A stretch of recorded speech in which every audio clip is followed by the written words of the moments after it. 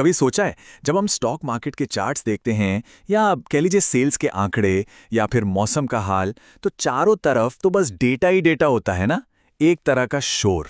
तो सवाल ये है कि इस सारे शोर शराबे में से काम की बात मतलब वो असली सिग्नल कैसे ढूंढा जाए। बस आज हम इसी कला को समझने वाले हैं, लीनियर रिग्रेशन की दुनिया में गोता लगाकर। और देखिए, ये कोई किताबी सवाल नहीं है।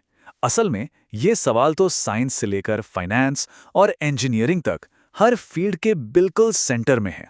सोचिए जरा, अगर हम सटीक भविष्यवाणी कर पाएं तो क्या कुछ नहीं बदल सकता।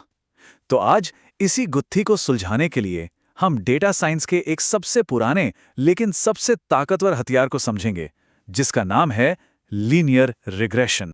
तो चलिए शुरू करते हैं एकदम बेसिक से। सबसे पहले नींव रखते हैं। इस सेक्शन में हम उस मॉडल को समझेंगे जो हमें डेटा में छिपे हुए रिश्तों को पहचानने की ताकत देता है, और यही तो हम भविष्यवाणी का आधार है। अच्छा, इसे ना एक रेसिपी की तरह समझिए, बहुत आसान हो जाएगा। जो इंडिपेंडेंट वेरिएबल्स हैं वो है आपकी सामग्री, मतलब जो कुछ भी आपके पास है, और जो डिपेंडेंट वेरिएबल है वो है आपकी फाइनल डिश जो आप बनाना चाहते हैं। तो फिर रिग्रेशन मॉडल क्या हुआ? वो हुई आपकी रेसिपी बुक। बिल्कुल, ये वही बुक है जो बताती है कि किस चीज को कितना मिलाना है ताकि डिश एकदम परफेक्ट बने। तो कुल मिलाकर हमारा मिशन क्या है? हम एक तरह की खोज पर हैं। हम उन जादुई नंबरों को, जिन्हें पैरामीटर्स कहते हैं, ढूंढ रहे हैं। ये वो नंबर हैं जो हमारे डेटा के पीछे का राज खोलते हैं। और सोचिए, अगर वो नंबर हमें मिल गए तो भविष्य में क्या होगा, इसका अंदाजा लगाना कितना आसान हो जाएगा। बस यही तो है असली मकसद। तो सवाल ये उठता है कि इन जादुई पैरामीटर्स को खोजा कैसे जाए। चलिए सबसे सीधे और क्लासिक तरीके से शुरू करते हैं। एक ऐसी तकनीक जिसे महान गणितज्ञ गॉस ने 19वीं सदी की शुरुआत में ही खोज निकाला था। और कमाल की बात यह है कि ये आज भी उतनी ही असरदार है। ये तरीका ना बहुत ही इंट्यूटिव है। जरा सोचिए, एक ग्राफ है जिस पर बहुत सारे डॉट्स बिखरे हुए हैं। अब काम बस इतना है कि एक ऐसी सीधी लकीर खींचनी है जो इन सभी डॉट्स के ज्यादा से ज्यादा करीब से गुजरे। बस लीस्ट स्क्वेयर्स इसी बेस्ट फिट लाइन को खोजने का एक मैथमेटिकल तरीका है। मतलब वो लाइन जो हर डॉट से अपनी दूरी के टोटल को सबसे कम कर दे। अब यहाँ एक बहुत दिलचस्प बात है। हमारा ये जो सीधा साधा तरीका है ना, ये एक बहुत गहरे स्टैटिस्टिकल सिद्धांत से जुड़ा है, जिसे कहते हैं मैक्सिमम लाइक्लीहुड। अब ज्यादा टेक्निकल डिटेल्स में नहीं जाते, पर आसान भाषा में इसका मतलब बस इतना है कि दोनों ही तरीके हमें वो लाइन देते हैं जिसके सही होने की संभावना हमारे दिए गए डेटा के हिसाब से सबसे ज्यादा है। तो इस केस में ये एक ही सिक्के के दो पहलू जैसे हैं। लेकिन इस सादगी में एक छिपा हुआ खतरा भी है। ये जो कोटेशन है, ये हमें एक तरह की चेतावनी देता है। क्यों?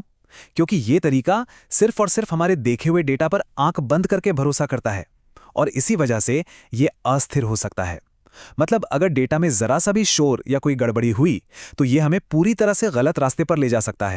और बस यही हमारी कहानी में एक नया मोड़ आता है, क्योंकि असल दुनिया का डेटा वो कभी भी परफेक्ट नहीं होता है ना। वो शोर से भरा होता है, अधूरा होता है, और अक्सर हमारे पास कम ही होता है।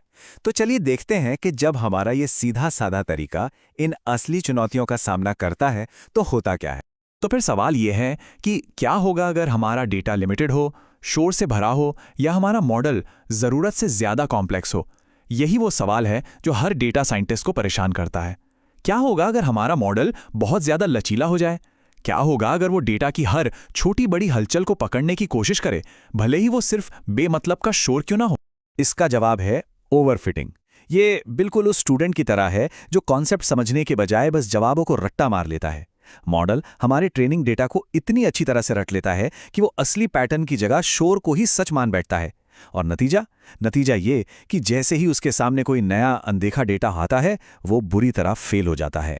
तो फिर इस ओवरफिटिंग के जाल से निकला कैसे जाए? यहीं पर एक ज्यादा परिपक्व और समझदार सोच हमारी मदद के लिए आती है, बेजियन अप्रोच। आप इसे हमारी कहानी का वो बुद्धिमान गुरु समझ सकते हैं जो हमें प्रॉब्लम को एक गहरी नजर से देखना सिखाता है। बेस का जो मूल आइडिया है वो बहुत ही खूबसूरत और पावरफुल है। वो कहता है कि सिर्फ नए सबूतों यानी हमारे डेटा पर आंख बंद करके भरोसा मत करो, बल्कि अपने पुराने अनुभव या ज्ञान को नए सबूतों के साथ मिलाओ और फिर एक बेहतर, एक ज्यादा अपडेटेड नतीजे पर पहुंचो। ये डेटा और हमारी समझदारी का एक जबरदस्त कॉम्बिनेशन है। और यही सोच हमें मैक्सिमम ए पोस्टीरियर यानी MAP एस्टिमेट तक ले जाती है। अब देखिए, मैक्सिमम लाइक्लीहुड क्या करता था? वो सिर्फ डेटा को देखता था, लेकिन MAP वो डेटा और हमारे पहले से मौजूद ज्ञान दोनों को बराबर तवज्जो देता है। इससे होता क्या है? हमें एक ज़्यादा स्टेबल और मजबूत अनुमान मिलता है। एक ऐसा अनुमान जो डेटा के शोर शराबे में आसानी से बहकता नहीं है। यहां पर इन दोनों अप्रोच का फर्क बिल्कुल साफ हो जाता है। देखिए, मैक्सिमम लाइक्लीहुड यानी ML एक जोशीले नए जासूस की तरह है जो हर छोटे से छोटे सुराग को सच मान लेता है। वहीं मैक्सिमम ए पोस्टीरियोरी यानी MAP एक तजुर्बेकार अनुभवी जासूस है। वो नए सबूतों को अपनी पुरानी जानकारी और अनुभव की कसौटी पर परखता है। तो जाहिर है नतीजा क्या होगा? एक कहीं ज्यादा भरोसेमंद निष्कर्ष। तो असल में ये काम करता कैसे है? प्रैक्टिकली क्या होता है? बेस का ये जो समझदार आइडिया है, ये एक बहुत ही प्रैक्टिकल तकनीक में बदल जाता है जिसे हम कहते हैं रेगुलराइजेशन। इसमें हम अपने लीस्ट स्क्वायर्स मॉडल पर एक तरह के लगाम लगा देते हैं जो उसे जरूरत से ज्यादा कॉम्प्लेक्स होने से रोकती है।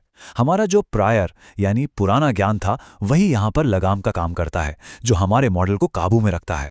तो अब हमारे पास एक ज्यादा पावरफुल टूल है। तो क्या इसका मतलब है कि हमारी समस्या पूरी तरह हल हो गई? नहीं, ऐसा नहीं है। देखिए, मॉडलिंग की दुनिया में कोई भी चीज मुफ्त में नहीं मिलती है। एक बेहतर समाधान अपनाने का मतलब है कि हमें एक बुनियादी समझौते, एक ट्रेड ऑफ का सामना करना ही हो। इस समझौते का पहला हिस्सा है बायस। बायस क्या है? ये हमारे मॉडल की अपनी लिमिटेशन है, उसकी अपनी एक सीमा है। जैसे मान लीजिए कि असली पैटर्न घुमावदार है और हम उसे समझने के लिए एक सीधी लाइन का इस्तेमाल कर रहे हैं, तो हम हमेशा कुछ ना कुछ गलती तो करेंगे ही, है ना? बस यही गलती बायस है। ये हमारे मॉडल का दुनिया की जटिलता को लेकर एक जरूरत से ज्यादा सरल अनुमान है। और दूसरा हिस्सा है वेरिएंस। ये क्या है? ये है हमारे मॉडल की अस्थिरता, उसका भटकाव। एक हाई वेरिएंस मॉडल उस जासूस की तरह है जो हर छोटे से छोटे सुराग का भी बहुत गहरा मतलब निकाल लेता है। अगर आप उसे थोड़ा सा भी अलग डेटा देंगे तो वो किसी एकदम ही नए नतीजे पर पहुंच जाएगा। और हां, इसका सीधा कनेक्शन ओवरफिटिंग से है। और ये जो लाइन है, ये मशीन लर्निंग की सबसे बड़ी दुविधा को हमारे सामने रखती है कि कम बायस पाने की कीमत है एक बड़ा वेरिएंस। मतलब अगर हम एक बहुत लचीला मॉडल बनाते हैं जिसका बायस कम हो, जो हर तरह के पैटर्न को पकड़ सके, तो वो डेटा के शोर को भी पकड़ लेगा और इससे वो बहुत अस्थिर यानी हाई वेरिएंस वाला हो जाएगा। ये एक लगातार चलने वाली रस्साकशी है, एक कभी ना खत्म होने वाला संघर्ष। तो इस दुविधा को जानने के बाद हम असरदार मॉडल आखिर बनाएं तो बनाएं कैसे? ये आखिरी हिस्सा हमें समाधान की ओर ले जाता है। और ये समाधान बायस या वेरिएंस को खत्म करने के बारे में नहीं है, बल्कि उन्हें मैनेज करने की, उन्हें संभालने की कला के बारे में है।